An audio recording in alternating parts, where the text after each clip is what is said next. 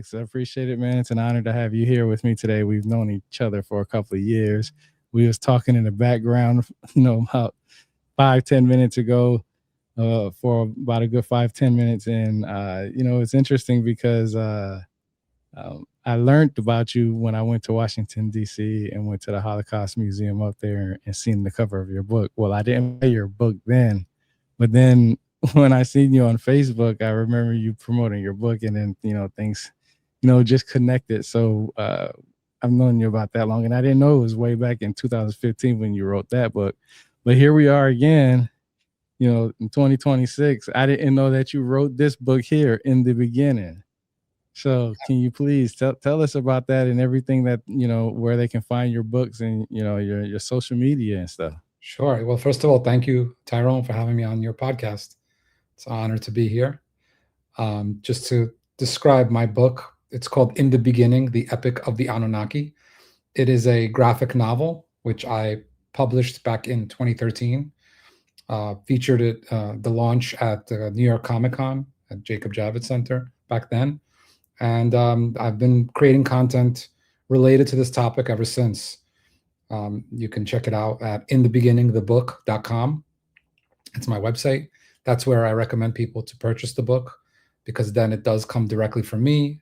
I'll typically autograph copies for people who purchase directly from my website. There are others selling them on Amazon. They don't come from me. They're also usually secondhand and more expensive there. But the graphic novel is basically taking all of my research and understanding about the story of the Anunnaki and the creation of mankind from an extraterrestrial perspective, and putting it into a storyline, putting it into an illustrated storyline. There's a lot of nonfiction books, especially by Zecharia Sitchin, Eric von Daniken, two world-renowned authors.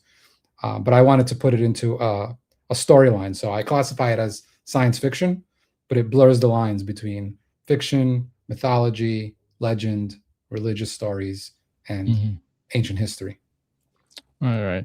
And I appreciate that. I started this journey a long time ago, and it actually started with me being just a little kid, being in church. I grew up Catholic, and, you hear about God, and, God is not from planet Earth, obviously, right? Because he's in heaven somewhere. And that idea gives it the extraterrestrial idea.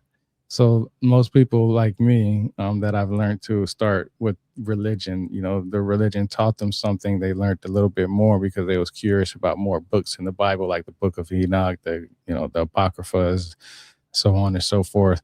And it led them on different journeys. And then you have the oldest text going back to the Mesopotamians, and everybody has their own different interpretations. You have the academic interpretations, then you have, what some people would say, the science fiction interpretation, then you have some people who say the pseudoscience and all this other stuff, and everybody's bickering back and forth. But the key element is that these individuals, the Anunna/Anunnaki, no matter what, are described as individuals who created us. And that's very fascinating, because in the aspect of the idea of them being gods is just amazing. What is some of the best sources that you like to use when you wrote this book? Because a lot of people want to ask, because you said the blurred lines between science fiction and so on and so forth. Yeah, my journey goes back to childhood as well. I'm actually Jewish, and I immigrated to the United States from the former Soviet Union with my family when I was a child.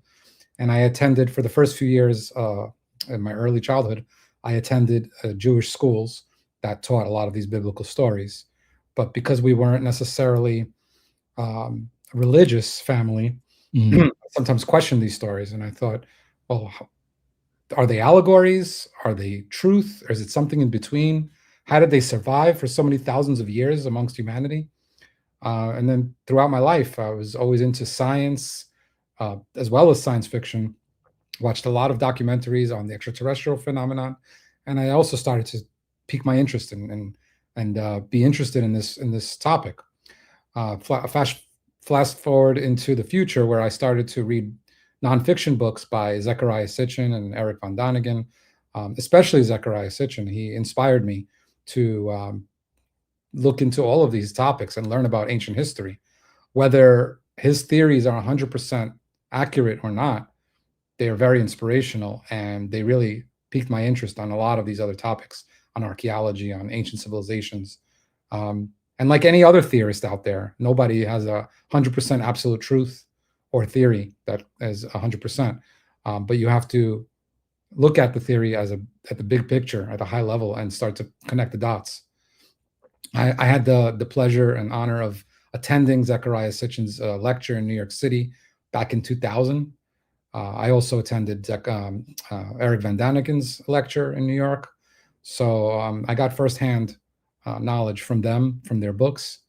And one thing I like to say in most of my interviews is that I can't classify myself as a believer of these theories, because the word belief implies that I have the absolute truth, or that I just blindly believe something that someone theorizes. I don't have either. I can't say I blindly believe it. Mm, I don't have the absolute truth, but I do find a lot of plausibility in the theories.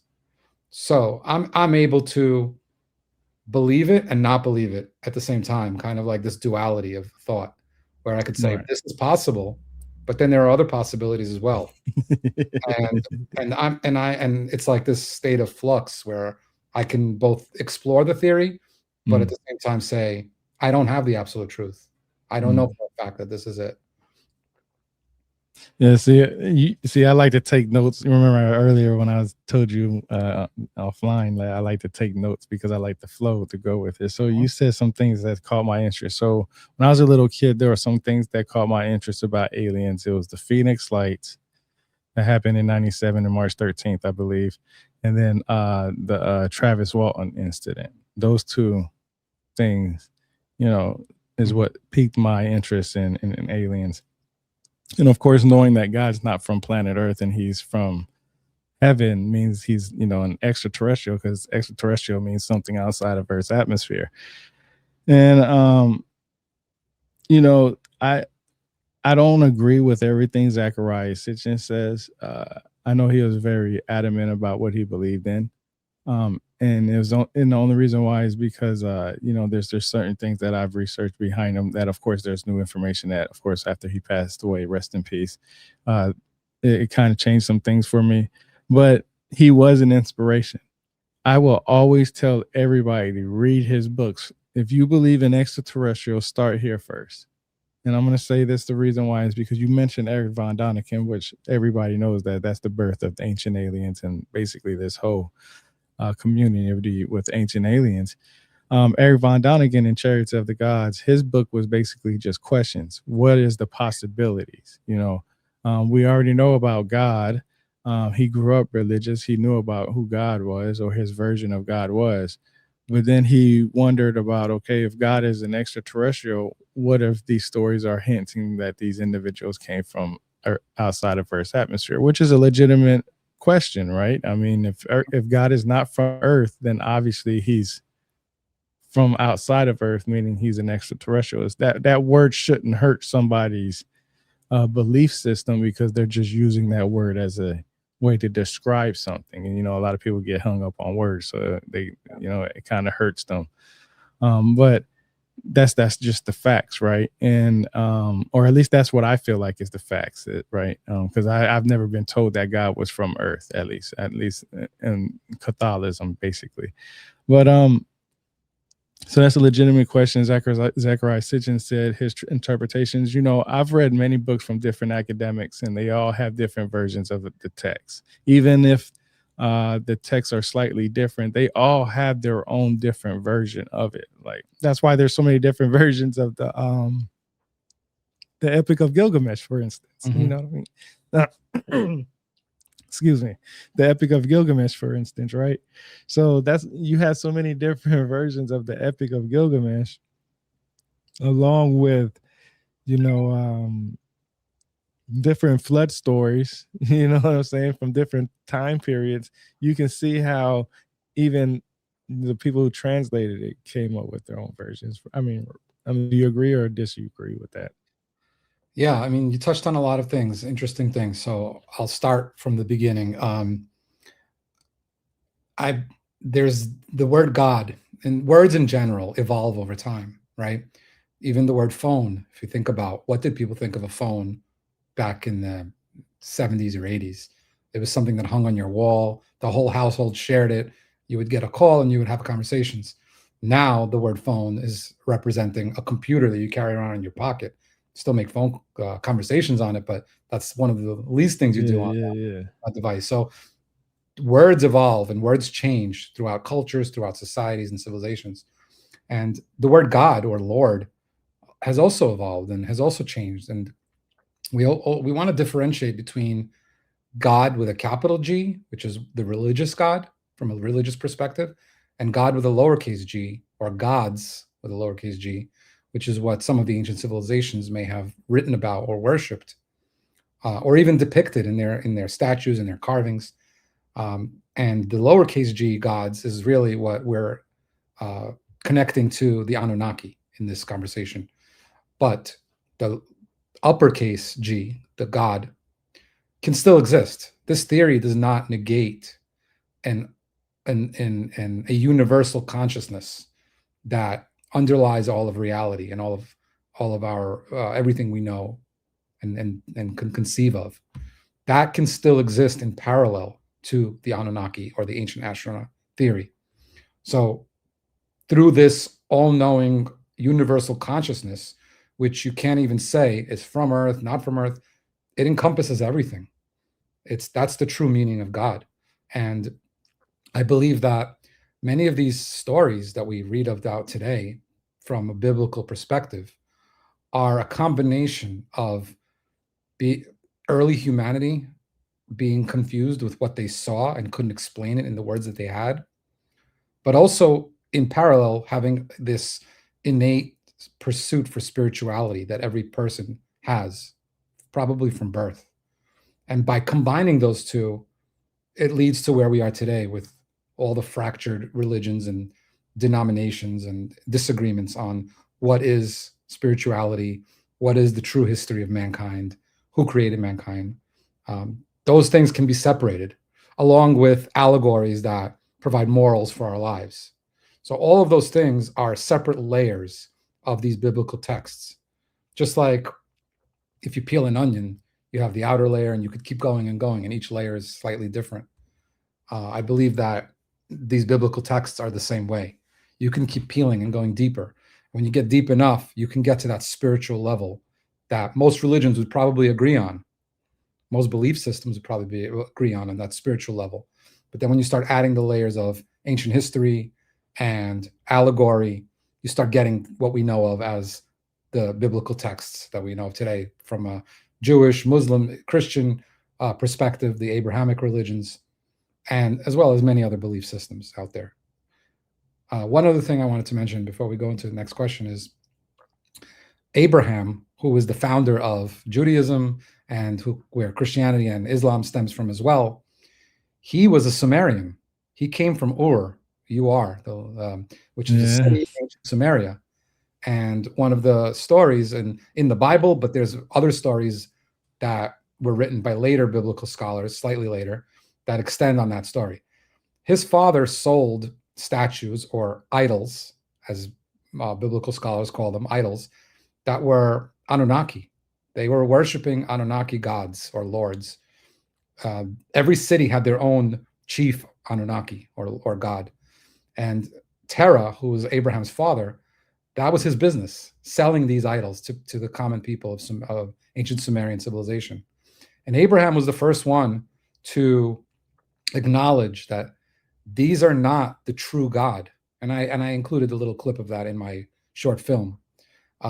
These are not the true God. There can only be one universal ruler of the universe or universal consciousness, or however you want to put it. There's no word that can describe it, what this is, right? It's not a man with a beard. It's not in the Yeah. sky. It's not in space. It's something that encompasses all of reality and beyond. So that's the God with a capital G. And Mhm. Abraham learned of these stories in ancient Sumerian civilization. And as he created a brand new belief system, which became Judaism and traveled to other parts of the Middle East, including ancient Israel, he took some of these stories and over time they evolved into other things. And they Mhm. got layered with these allegories and these other other characters. Right, right, right. You know, it's so amazing you mentioned Abraham because I always say this. Abraham goes back to about 2000 BC. That's the time frame. Like you say, he was Sumerian. He's from that time period. So it's obvious that he knew who the Anuna slash the Anunnaki were. It's obviously he knew who they were, right? You can't deny that. There was a time in his time period in his life where he wanted to have a son, right? And he Mm. was going around praying to God for a son. Well, mysteriously, he was fortunate to have a son. But which one of those guys was he praying to, and the city state that he was at that time frame? What guy was he praying to at that time frame that possibly gave him that thought of him having a son?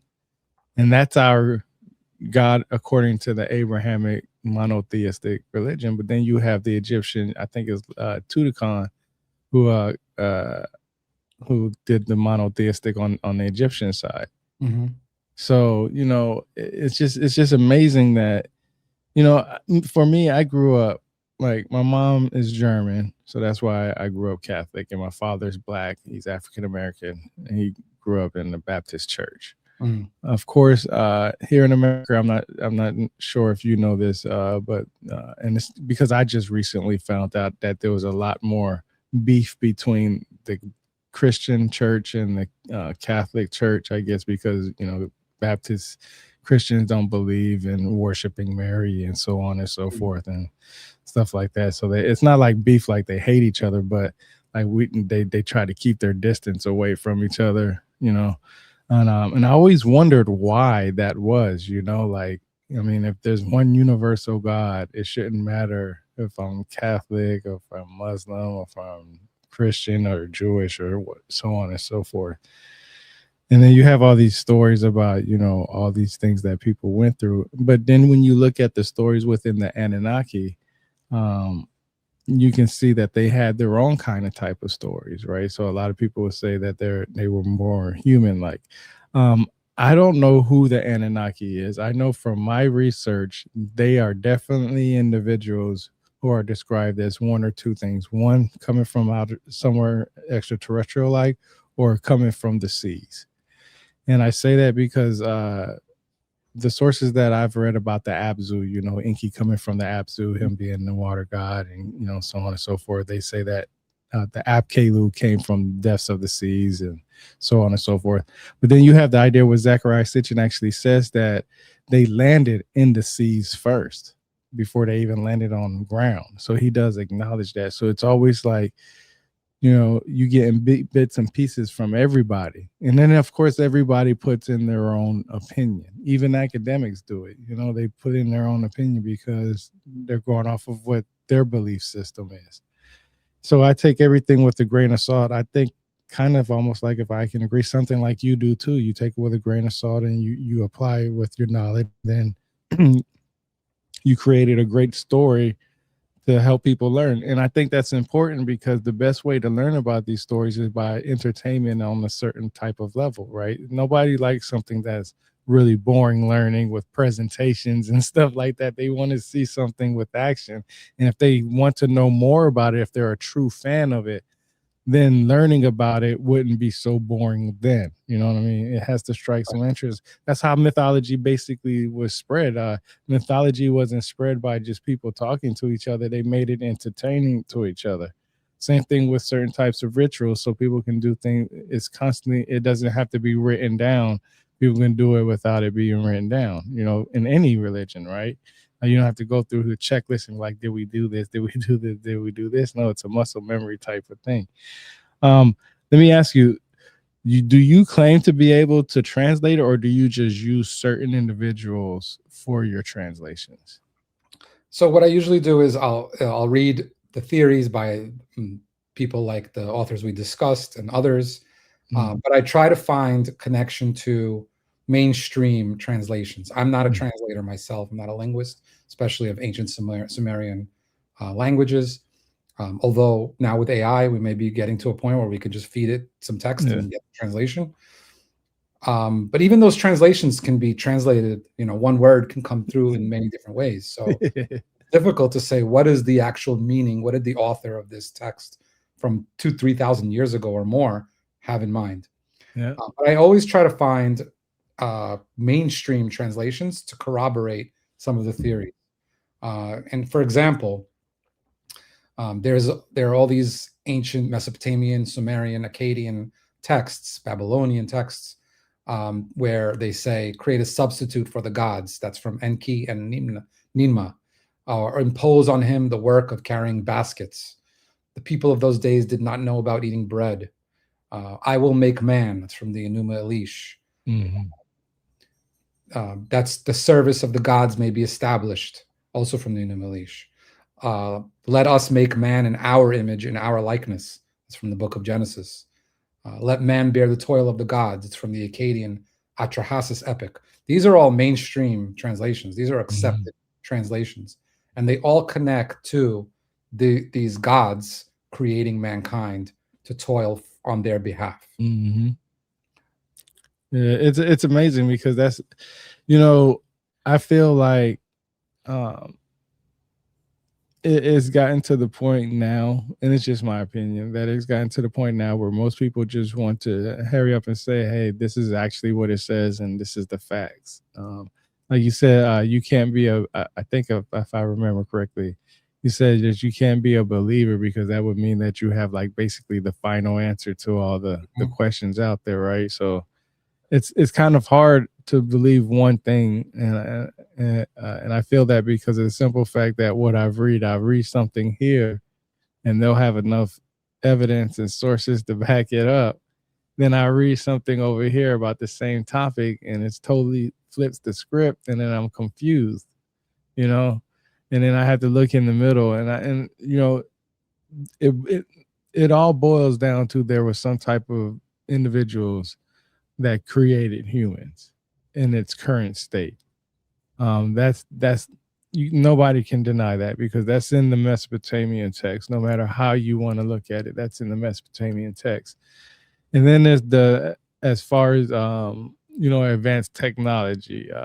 You know, people believe they had spacecraft or uh, they some people might have had abilities to you know astral project or travel or something like that. What is it that you think their travel was? Do you think it was more like a spaceship or there's like more like consciousness? Yeah, I mean, there are references to flying spacecraft in the Vimanas, which Mhm. are the Vimanas, in the ancient Sanskrit writings of the The flying chariots. Yep. flying chariots in India and ancient Hindu texts. Well, before even Hinduism was a thing. Um, my interpretation are, if the Anunnaki are true, is that they are flying craft. Mm. Some people question, well, if they were able to fly through space, why did they need humans to work for them? Why Mm. did they need this and that? The way I see it is they may have been just slightly more advanced than humanity is now. Mm. We have the ability to fly to the moon. We still Mhm. don't have the ability to fly people to Mars, or maybe we're getting there. We're almost there. But we're still flying people. We still need labor, human labor, to do all these things. Can we build robots to do it? Maybe, but there's nothing like a person making a decision on the spot or being able to manipulate things with their hands. Mm. Even if a robot was doing that, you would need to remotely control it or give it some kind of programming. So the fact that they weren't necessarily interstellar flight capable. They didn't necessarily come from another star system, so they Mm. didn't have light speed technology, if that even exists. The theory is that they came from a planet called Nibiru, which is Mm. within our own solar system. And there are mainstream theories that say that there could be another planet yet undiscovered, that causes a lot of the anomalies we see in our solar system, that had something to do with the early formation of Earth and the Moon. Mhm.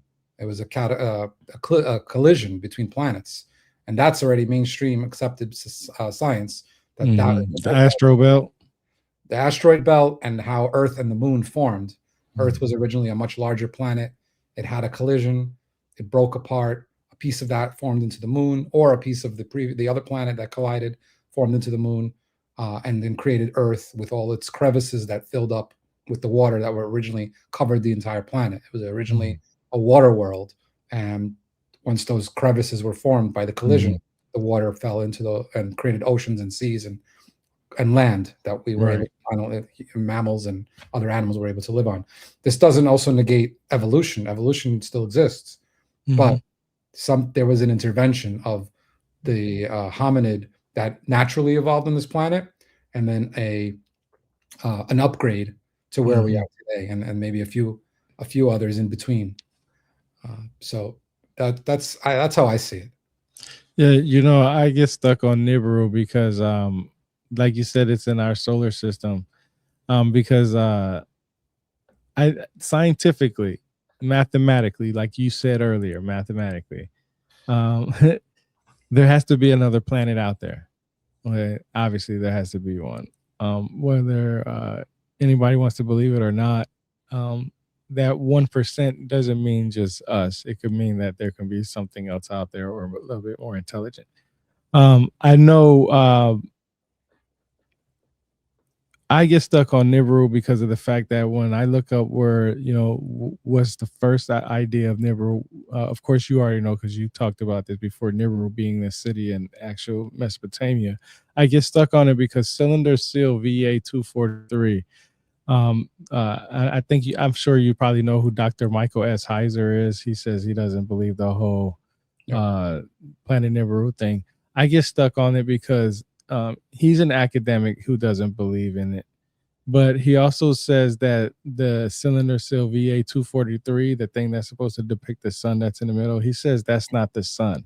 Now, I grew up drawing the sun when I was a little kid, and not even, having some, and I'm pretty sure I didn't have no idea what the sun actually looked like, but I drew it just like it was, like on that cuneiform, and I can see where Zachariah Sitchin says that he believes one of those dots is Nibiru, but then I also see where Michael S. Heiser says that he doesn't see that because it could mean, anything stars or whatever. And I think that it's just an argument between scholars and somebody like Zachariah Sitchin who say it is this and who isn't, but they both come up with an idea that you can say, okay, I agree with this, but I don't agree with that for both parts. So I believe my thing is I don't think they were called the Anunnaki when they were on that planet. And the only reason why is because it goes back to Elelu. I know if you read the Hittite text, they talk about Elelu, and he was supposed to have been the individual that was in charge of all of those, I guess, the Anunnaki before they were the Anunnaki, because we get that from Anu, basically, right? And I feel like two things can be right at one time. I believe that a group of individuals could have came from space and they came here, landed here, did their thing, and whatever the case may be. But then there was a group of individuals that who started growing up here after generations. It's almost like I'll give you an example. If I move from the UK to America, and my great grandchildren are born in America, they're not British or from the UK, Mhm. they're American, but their bloodline comes to that. And that's where we get the whole idea that, humans come from possibly outer space, or they're not from here because of DNA and so on and so forth. So there's so many different ideas about this. And I appreciate you being honest about, you saying, hey, you take your sources from different individuals and then you place your, you're honest with it with your book, because a lot of people are, when they read something, they'll do one or two things. They'll like your information or they'll try to bash you, and they don't understand why you're doing it, and they don't take the time to ask you. And I feel like and I asked you just a simple question, and like I said, we've been talking, we've known each other for years, and this is our first discussion. um you've seen the kind of stuff that I post, and I've seen the kind of stuff you post, and I really feel like that if everybody just came together just to talk about their sources and what they believe, I think we could get a better understanding of where we're at, and that way we can, like you say, cross reference the information. um What's one of the hardest things that you're still trying to figure out about the Anunnaki that's like the most important to you? Because for me, mine is where they came from. I want to know exactly where they came from, just for my sake. Yeah, and before I answer that question, there you made a good point there, and I wrote an article a little while back that it was called "The Truth Lies in Our Commonalities." So if you take what are the things that forget about what we all disagree on, because we can all disagree on plenty of things, but if you take the things we agree on, you get closer to the truth, Mm-hmm. closer to humanity's truth, biblical truth, religious truth. But going back to your question, an alternative theory that the Anunnaki didn't necessarily come from Nibiru is that they are actually a more advanced humanoid that are from Earth, Mm-hmm. and possibly before the last ice age, their population was declining, or they needed to do a lot of work to rebuild the planet, and they decided to create a genetically modified man, which is modern man today. Um, and then because at some point they didn't want to be found or be revolted against by modern man, they Mm-hmm. just rule us through from the shadows, kind of behind the scenes, and manipulate world affairs to this day, and even infiltrate all of our religions, all of our institutions, so that we continue to remain at conflict with one another and can't rise up against them. And it might not even be them in general, because just like within humanity and within every religion, we have all different Mm-hmm. types of factions that disagree with each other.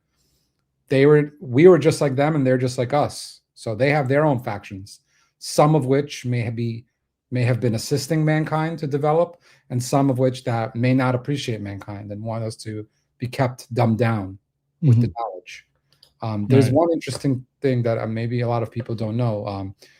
There's many interesting things, but one fact I wanted to bring up: Karen Hughes. She studied law at Yale Law School, economics at University of Amsterdam, and she worked in the U.S. Export Import Bank of the U.S. in the 80s, and Mm-hmm. she became the lawyer for the World Bank. She, at some point, right before fading out from mainstream news, was claiming that a second species of humanoids existed on the planet before modern Homo sapiens and have been pulling the strings and controlling world affairs for thousands of years. She actually said that in interviews on mainstream news, and then kind of faded out from anything. I mean, I haven't heard from her since. But she actually said that they have elongated skulls and they look slightly different than us. So that's an alternative theory to them coming from another planet. And this is the reason why I wanted the other guy to come in. I know he said he had some things that he wasn't too sure if he was going to be able to come in or not. Have you ever heard of the tridactyls? Not really.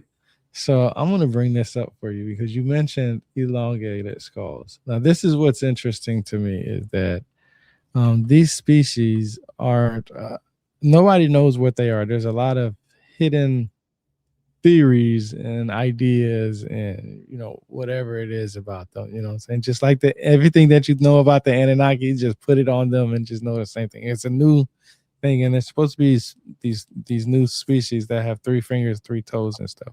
So Oh, I'm I gonna think bring this up. I'm gonna bring this up real quick are those because the mummies that were found in South America? Is that what they're called? Is that what you're? yeah. So you know Yeah, about these right here. I'm familiar with this. I just didn't. I never heard that term, tridactyl. Yeah. So yeah, they're called. Well, they call them Nazca mummies. Some of them Right, call them right, dactyls because of the 3 fingers, 3 toes type things. right. Hmm. And these are the species. I know there's one guy specifically, not this one, but another guy named Anacostas. He's an anthropologist, and he actually studies these to the T. Now Mm. it's interesting to me because they have scans, they have DNA, they have all kinds of stuff, and it's all unknown, and it's just a mysterious behind them. And they have, there's I believe there's lots of them, if I'm not mistaken, but they only have uh scans of 12 of them, I think, if I'm not mistaken, or something like that. Mm. So it's just something that's interesting to me because it's the evidence that leads to these theories, right? We can't have everything dated a long, long time ago. The world shifted a lot, right? Mhm. We have tectonic plates, which basically recovers and reformats the Earth's land, right? So, if something happened 2 billion years ago, we wouldn't know because the land wasn't the same 2 billion years ago, right? So Sure. we wouldn't know that, right? We would have to go back to that time frame and how the Earth was mapped out, especially like how the uh, the idea is that there are cities underwater right now and all this other stuff, and that's where I get the idea, and that's why one of my hardest arguments is that you know the descriptions of them coming from the depths of the sea, is that meaning that they came from a different continent? Like how was this word actually used? And like just like you, myself, I'm not a professional in the linguist. I am trying to learn the language, the Sumerian language. I got a couple of books on Mm. it. It's a very long process. They have some YouTube videos on it. I have a couple of sources, and stuff like that. But one thing that I learned that is that you don't actually have to learn the cuneiform tablet. You have to learn the pictographic script, meaning that you have to understand the pictures that they first used, because pictures are worth 1,000 words, right? I look at a picture, you look at a picture, we're going to look at it differently. We're going to have a foundational understanding of it.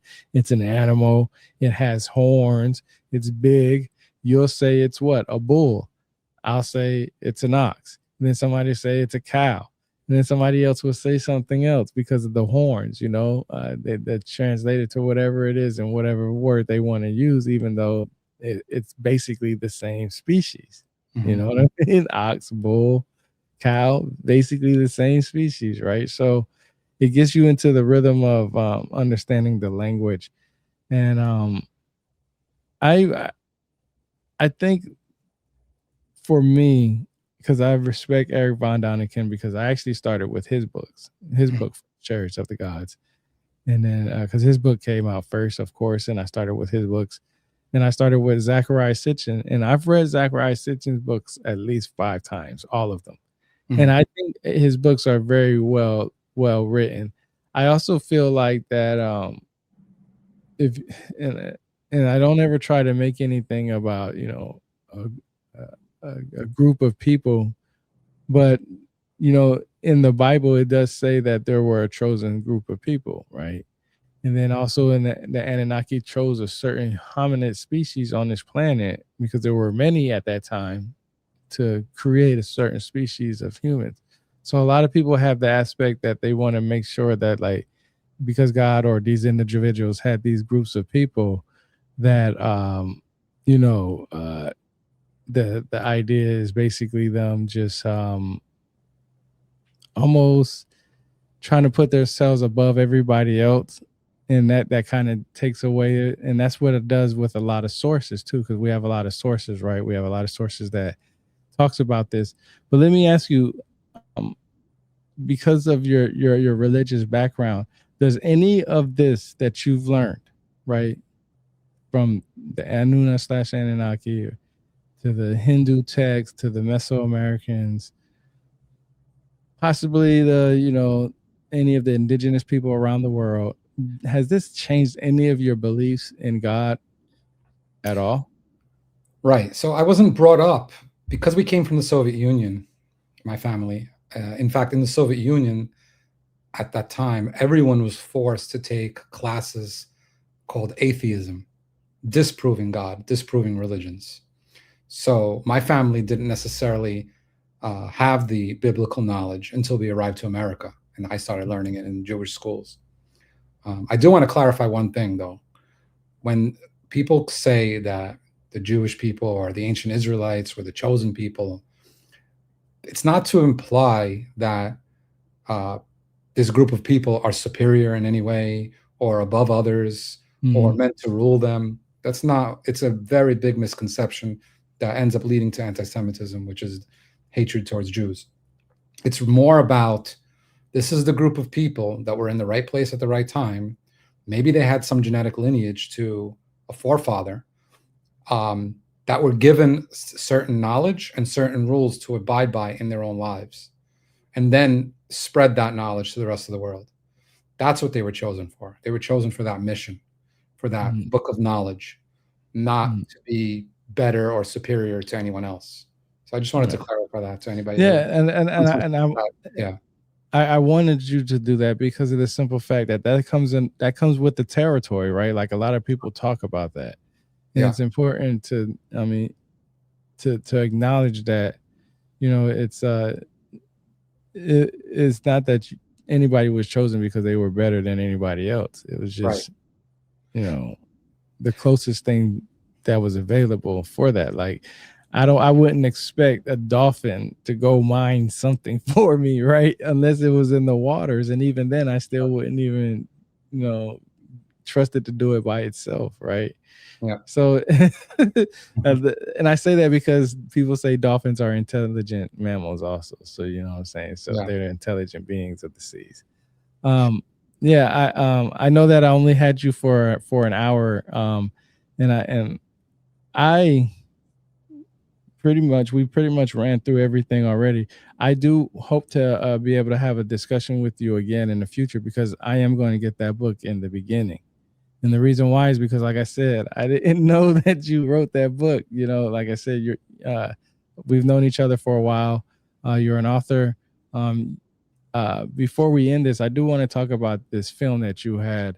sure. Uh, what inspired you to do this, and is this all based off the book itself? Hmm.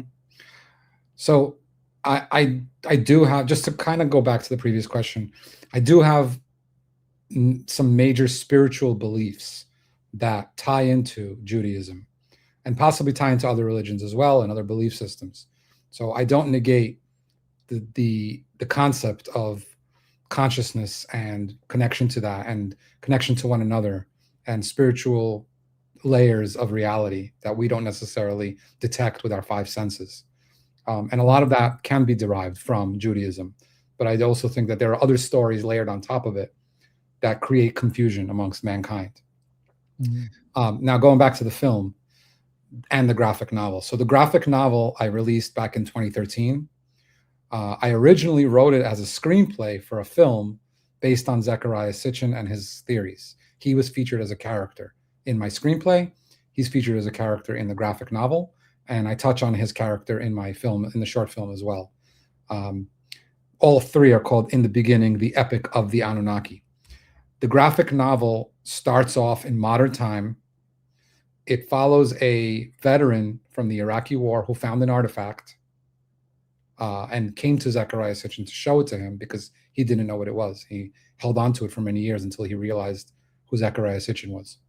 And they go together to Iraq, to that spot where this artifact was found, uncover an even more ancient artifact that then they start translating. And it takes us hundreds of thousands of years into the past, starting with the Anunnaki before the creation of mankind. And that's where the story kind of continues on from that perspective, from the Anunnaki's creation of mankind and their journey to Earth and all of humanity's genesis. So the graphic novel is a combination of a story, science fiction, a retelling of the book of Genesis from an extraterrestrial perspective. And I layer in a little bit of spirituality in there as well. The short film takes that graphic novel and puts it into a cinematic world, a Mm, cinematic story. It's mm, 8 minutes long, and it's really a small portion of my vision for a much larger series that I'm working on, and hopefully to get to either a streaming network or a studio to get the funding. Because I created the short film using all AI. The vision I have is to use a hybrid of live action and AI. Um, and the story will follow that modern day character trekking all over the world, finding these artifacts, translating them. Every time they find an artifact and translate it, it takes us back into that ancient past so that we can see it firsthand, and then comes back to modern time. And it will connect many of these ancient anomalies, ancient civilizations, to modern day happenings, world events, and conspiracies. And basically, this series, which I've outlined multi-season episodes, would connect the dots with pretty much everything all of humanity is wondering. Why are we at war? Why are we at conflict? What are our religions? What's behind the religions? Where did mankind come from? And the bigger picture of reality. Here's the website right here. I brought it up. I'm gonna get me inthebeginningthebook.com. say again. Inthebeginningthebook.com. Yep, in the beginning, thebook.com. You go right here. I'm getting me a copy. I'm gonna order mine the next time I buy my next set of books. And then I'll be reaching out to you for a second discussion. Got a little hype now, can I let it die down? I remember days in the trench. Time to go hard in, time to go all in, time to get my all to this shit. Panamera maxed out, first class flights out Atlantic to Pacific, yeah, it's lit.